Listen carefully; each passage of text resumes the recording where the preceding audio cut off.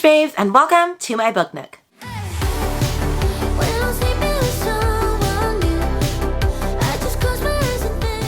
For those who don't know me, my name's Rainy Barton. I teach elementary music and middle school musical theater, and I read all types of books, mainly thriller and horror, but I also love a good fantasy, romance, sci-fi, nonfiction, all the things. So please hit subscribe. It'll really help my channel grow. So I know I've been a little behind in life on YouTube, and I'm not going to keep apologizing every time for being pregnant. Like, I'm just not. But I'm just here to tell you that today is going to be an October and November wrap up, because I never actually talked about October and the many readathons that I did and did not do, including my own. Maybe it wasn't the best idea to do it while I was pregnant, because that was when I had the biggest reading slump of my life, October and November, and you'll find out in the stats in just a minute. So we're going to talk through stats for October and November, put pictures up on the screen, all that jazz like we always do. And then we'll just start talking about specific books that I read for videos, and then any other books that I read throughout the 2 months total. And we'll see which ones I loved and which ones I didn't. So if you're ready for that, stay tuned. I'm going to put my laptop on my lap because that is where all of my stats are so that I don't forget anything. Okay, so as for October, I only read 8 books. That was going to be my lowest month. But then November, I only read 3. You are right. I read 3. I just did not want to read. So, you know, it is what it is. Then in October, as far as page count, I had 2,038, which was pretty low. But then November, of course, was only 1,125. So that obviously was the lowest. I mean, November is going to be the lowest for everything, so I'm not going to keep repeating myself. As far as audio goes, for October, I listened to about 14.5 hours. In November, I listened to about 12.5 hours. So actually, those were pretty close together. And then as far as my reading method goes, in October, I read 5 with mixed media. So I listened to the book and the audiobook and had the book in front of me. 1 physically and 2 ebooks. And in November, all 3 of them were mixed media. For genre types for October, I read 4 horror, 3 thriller, and 1 contemporary novel. And in November, I read 2 thriller and 1 contemporary. For book types for October, I read 4 novellas and 4 novels. And in November, I only read 3 novels. As far as the ratings go, in October, I gave out 1 2-star, 1 3.5 star, and 6 5 stars. I had a fantastic reading month in October. It was just great. I was almost loving everything I was reading. I can kind of say the same for November. I only read 1 2-star, 1 4-star, and 1 5-star. So I wouldn't say that that's a bad month overall either. For the age range for October, I read 7 adult books and 1 young adult book. I don't read young adult books very often, but this one was fantastic. And then in November, I only read from adult. As far as the years published go, in October, I read 2 from 2020, 3 from 2021, and 4 from 2022. So once again, I'm always prioritizing new releases from 2022. And in November, it was the same. I read 1 from 2018 and 2 from 2022. For the method of acquiring, I own all of my books. Whether I own them in ebook form or physical form, I own all of my books for October and November. No surprise there. For standalones versus series, in October, I read 6 standalones and 2 from the same series. I read the first 2 books out of 3 that are still actually written. The third one's not available yet for the Sake Of by Judith Sonnet. That was my extreme horror moment. We will get there. And then in November, I only read 3 standalones. For diversity, in October, I only read from 2 people of color. I read from P. Jelly Clark, which is the author of Rain Shout, and Tiffany D. Jackson, the author of Weight of Blood. And in November, I only read from 1 person of color, Amanda J. Atisa, who wrote the book You're Invited. I'm getting better, but still can always do better. As far as new versus returning, in October, I only had 1 returning author, Mr. Riley Sager, and I had 6 new authors. I had P. Jelly Clark, Rachel Yoder, Jessica Guess, Judith Sonnet, Tiffany D. Jackson, and Tara Laskowski. In November, all 3 of them were brand new to me. It was Amanda J. Atisa, Stacey Willingham, and Sally Rooney.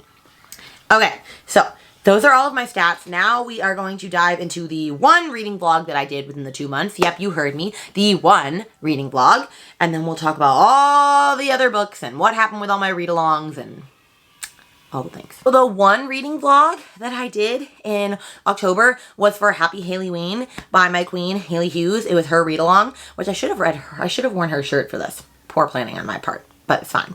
And I read 5 books for that, but I only have 3 physically because 2 are ebooks. So the first book I read was what I considered an extreme horror, which I had never read before, and that was Cirque Berserk by Jessica Guess. And so this one was about In 1989, there was this in Shadow Creek, Florida, there was a massacre at the local carnival Cirque Berserk, and a group of teens killed a dozen people and then disappeared into thin air. No one knows why they did it, who they were, where they went, but legend has it they still roam the abandoned carnival. So then 30 years later, his best friends Sam and Rochelle are in the midst of a boring senior trip, and they learn about Cirque Berserk and decide to take their friends there to see if the urban legends are true. But of course, that's a night of brutality, bloodshed, and betrayal. Will they make it out alive, or will the carnival's past demons extinguish their futures? First off, this book was a 5-star.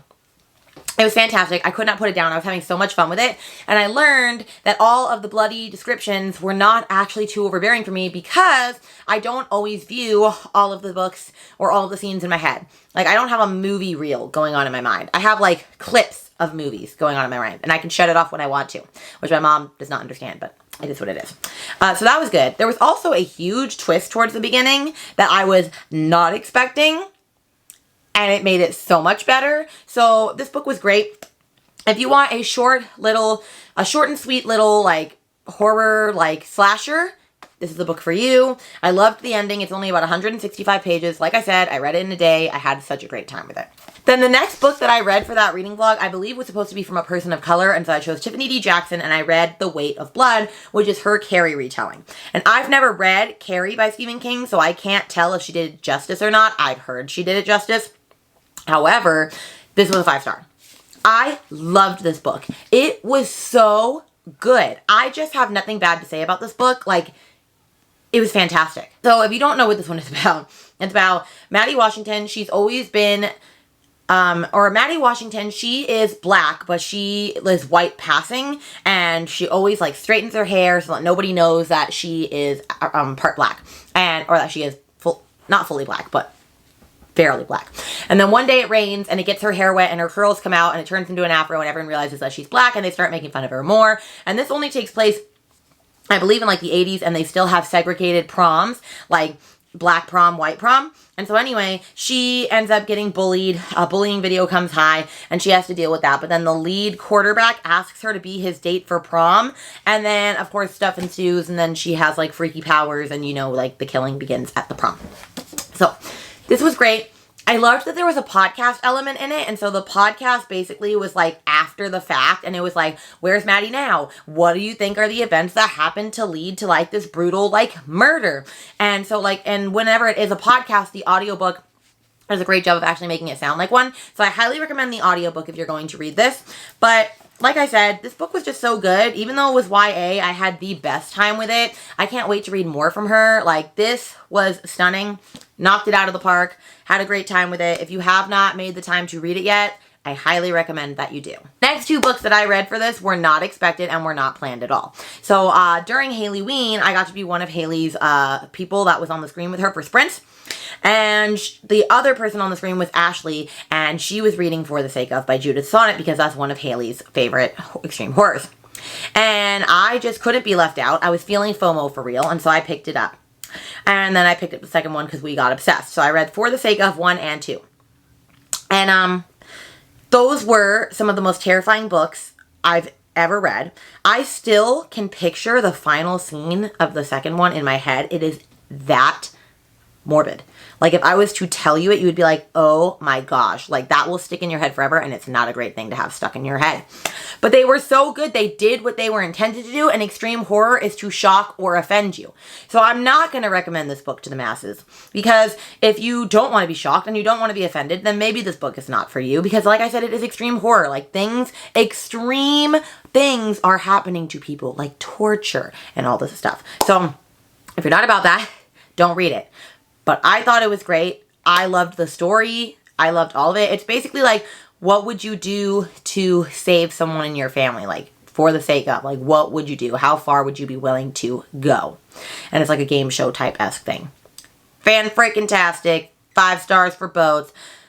But that was intense, to say the least. And the last book that I read for that read-along was actually the buddy read that we all read, because you had to read a book taking place over Halloween, and this had a Halloween party, and that was The Mother Next Door by Tara Laskowski. And I believe I also gave this a 5-star because I just had so much fun with this. I'm telling you, one of my favorite tropes in thrillers is like the socialite, domestic, like mother's drama, like the rich people snooty stuff. I just live for that. I have so much fun with that, which is why I also really loved Geneva Rose's book, One of Us is Dead.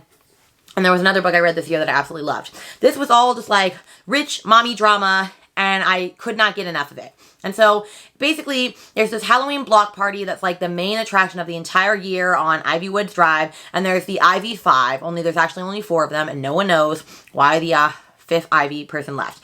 A new mother moves to town eager to fit in, and they basically take her and make her the last member of their Ivy 5. But they're also all trying to hide secrets from the past, from like block parties in years past. And then threats start coming out, and then there's a plot, and all the stuff, the foundation starts to crumble on the night of the party, and all the secrets are coming to light.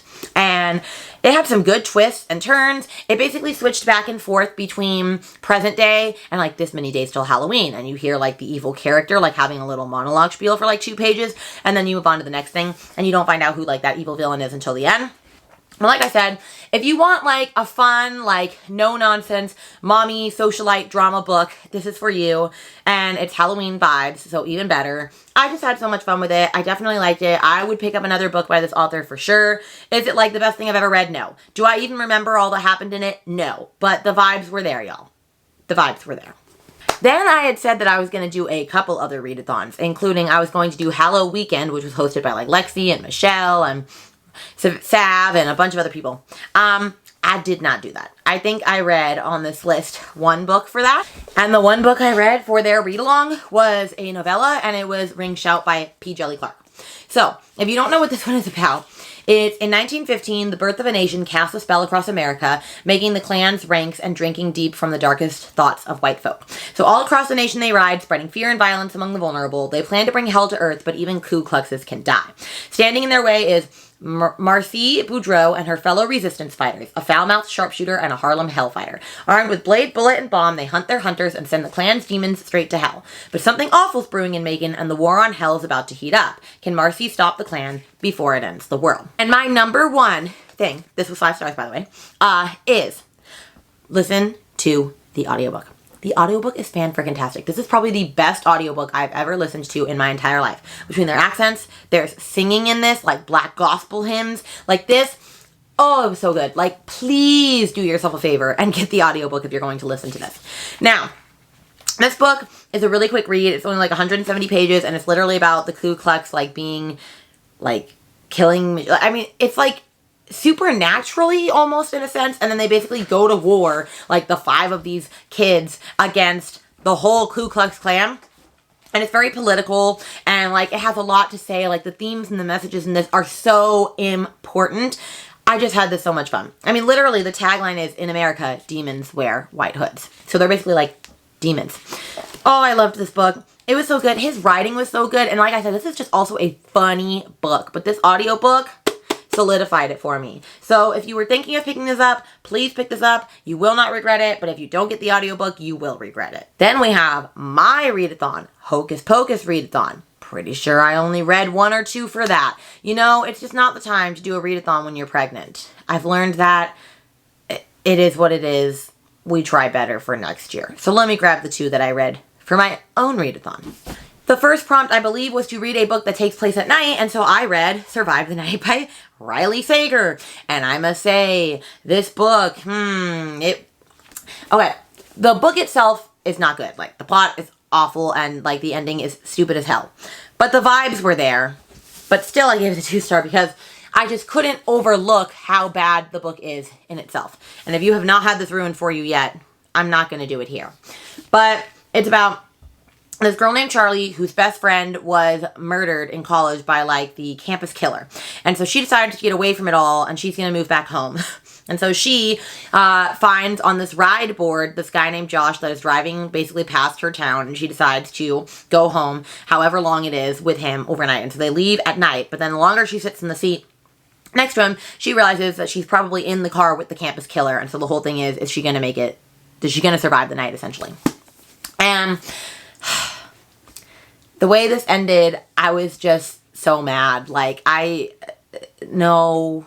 There are so many things about this book that are just no. However, I had a blast reading this. Like, I flew through it too fast. Like I said, it's not a good book. It's a fun book. There is a difference. So if you're looking for a fun book that is completely stupid and it is the worst plot ever, then I would read this. However, I do know people that say this is one of their favorite books, and I cannot say that. But I did have fun reading this. But I have not had a hit from Mr. Sager yet, because The House Across the Lake was garbage. I liked this one better. So I need to read his backlist, apparently, because these two, not it. And then I don't remember what the prompt was for this, but I also read this for my local book club. That was our book club selection for October, and it was Night Bitch by Rachel Yoder. I finally got to this. Like, this cover just speaks to me, and I've been wanting to read it for a while. So this one is about a mom that puts her art career on hold to stay at home with her newborn son, but she's not really feeling what she thought she would feel as being a mother. And then 2 years later, she goes into the bathroom for a break when her toddler is like crying, only to discover some hair on the back of her neck, and she starts to realize that she thinks that she's turning into a dog. Yeah, I know. And then she struggles to keep her alter canine identity a secret, so then she discovers this book, basically a field guide to magical women, a mythical ethnography, and meets a group of mommies involved in this multi-level marketing scheme who may also be more than what they seem. And so it's just this crazy, weird book about like motherhood at its rawest. I gave it 3.5 stars because it really started to lose me at parts. Like, it was really boring at certain parts. Like, I just was not about it. But I liked the whole concept of like how motherhood is not always all that it's cracked out to be. And it can be really hard and isolating and like depressing and all this other stuff. Although I don't think it's all that, and I think she only portrayed that. But it was more just like parts about the dog and the multi-level marketing scheme that I was just like, what's going on here? What is the purpose of this? I do not understand. So it just was what it was. And I don't know. I don't know if I would recommend this. I liked it, but like, it was just weird. So if you're looking for just weird, this might be the book for you. And so that's all that I read for October. Now let's get to the 3 books that I read in November in no particular order. The first one I read for Kayla's book club for November, and that was You're Invited by Amanda J. Atisa. And this one is basically about this girl named Amaya, and she's invited to her ex-best friend Kavi's wedding in Sri Lanka, and she hasn't heard from her in years. Like, they stopped being best friends in college for some reason, and you don't know why when it starts. But then you find out that she's actually marrying Amaya's ex-boyfriend. And so then she's like, okay, well, I have to stop the wedding at all costs, of course. And then as the week of wedding celebrations begin, she can't feel like she is also being targeted. Like, there's a reason they haven't talked in forever. And Kavi ends up going missing, the bride, and they're presumed dead, and all evidence is pointing to Amaya. And so she has to prove her innocence while also trying to find Kavi and stop this wedding from happening, and you don't get why any of this is happening. This book was a 4-star for me. I really liked this book. It was super fun. The only thing that I didn't really love about it that I kind of knocked a star down for is because for at least the first 250 pages, after every single chapter, there was a, not podcast interview, a detective interview, and it would be in the accent, and it would be one of their relatives. And I could never keep track with who it is because they all had these Sri Lankan names, which were beautiful, but I could never remember if this is the auntie, if this is the dad, if this is the grandma. And so that was really distracting, and I was kind of getting sick of that for a while. But they all had their purpose. But some of these interviews also were just not for any reason. It was just for drama, because apparently, like, that's the thing at weddings, to, like, you know, have a bunch of drama from the aunties and whatnot. But what I really loved about this book is I was not expecting any of the twists. Like, all of the twists from, like, the last 100 pages were wild and crazy, and I loved the end of the book. Like, I thought it was a great ending. This book was a wild ride. If you are looking for a fun, like, adventure thriller, like whirlwind thriller, this is it for you, because it was just so much fun. I really enjoyed it, and I definitely would read from her again. Like I said, it was just fun. Just fun. And that's all you need to know. Then we will go to my 2 books that I read as part of my 5-star predictions for the year, and the first one was A Flicker in the Dark by Stacey Willingham. This came out in January, and I've been meaning to read it since then. I was actually going to read it as part of the top 10 thrillers for the Goodreads Choice Awards, but I didn't film any content for that vlog, and so by the time that I finished reading this, they had just announced like the top 10, and so I just didn't include it in that. But this one was a 5-star. And so this one is about Chloe Davis, and when she was 12, 6 teenage girls went missing in her Louisiana town, and basically her dad gets acquitted, or he goes to jail for it. He says that he is the one that did it. 20 years later, she is getting ready for her own wedding, and then it starts happening again. And she's like, did my dad actually do this, or is there something more sinister going on? And so she needs to like figure it out before she can actually get married in her hometown. And I thought about halfway in that I knew who the killer was. And I was like, well, this girl's not very good at writing thrillers, because like if I can guess it that easily, like it's not that good. And I was going to be mad if it was this character. Boy, was I wrong. I was wrong twice. I didn't get it. Once they revealed something, I was like, oh, okay. And I changed my mind. And then I got it wrong again. I was not expecting the twist in this book. And it was so good. I just loved it. I had so much fun with this book. I read it in like a day over Thanksgiving break at my mom's house. I enjoyed it so much. I honestly can't believe this is the debut because it was just that good. So if you're looking for like a really great, like twisty and turny thriller, this is a good one for you. Like I said, I just had so much fun with this, and I'm so glad that I read this, and I cannot wait to read her new book, All the Dangerous Things, which I just got from Book of the Month. And so that's all I gotta say. And then the last book that I read for my 5-star predictions for the year was Normal People by Miss Sally Rooney. And oh my gosh, this book is terrible. Terrible. It's a 2-star. The only reason it's not a 1-star is because I only really give out 1 stars to books that truly and literally offended me. However, I've really been considering giving this a 1-star because I hated this book. I hated it. And it started out kind of good. But I must say my number one qualm with this, and some people are going to give me crap for this. Why can you not use quotation marks when people are talking? Is that like... do you get offended by that? Miss Rooney, I gotta understand. I don't understand why you can't put quotations around when people are talking. So that alone was hard. But basically it's about Connell and Marianne. They grow up in this small town. Connell's popular. Marianne's not. She's bullied. All this stuff. She's a loner. They end up striking up a conversation and basically having a relationship without anybody knowing because Connell doesn't want anybody to know. And then over the years, like they go to college together and their lives keep bumping and twisting into each other. But the whole thing is, Connell is just a huge piece of literal dog crap. He treats Marianne terribly. He expects her to always be there whenever he decides to get his crap together and decide that he likes Marianne for the day. And Marianne just sits around and lets him because her family is super rich, but they all hate her and they're snooty and mean. And she wants the attention that Connell will sometimes give her. I'm sorry, but the miscommunication between them, first off, was so excruciatingly bad. I could not handle it. And I just couldn't handle that she just kept waiting around for him all these years when he was a complete and utter piece of crap to her. Like, I kid you not. I cannot stand this relationship. And this whole book was about this relationship, so I can't stand it. So it was a 2-star. And I have her other 2 books, Conversations with Friends and Beautiful People or Beautiful World, Where Are You? I don't know if I'm going to read them. I might just sell them. I will give her one more chance, probably with Conversations with Friends. And I do plan on watching the TV adaptation of this because I want to see if that will make me like this anymore. But I hated this. I hated this. I hated this. And I hated this. And so those are all the books that I read for October and November. Had a fun time. By the time when you see this, the next day, hopefully, I will also release my December TBR, which is a little late. I know it's like the 10th or the 11th when you're seeing this, but it's fine. It's fine. It's fine. All right, so these are all the books I read, minus the 2 from Judith the Sonnet. Like I said, it was a short month for October and November because I was in the biggest slump of my life, and I'm slowly but surely starting to get out of it. I've only read 3 books so far for December, so, you know, it is what it is. I might not read as much while I'm pregnant. At least I already hit my goal for the year of 100 books. All right, and with that, I will see you guys in the next video. Bye.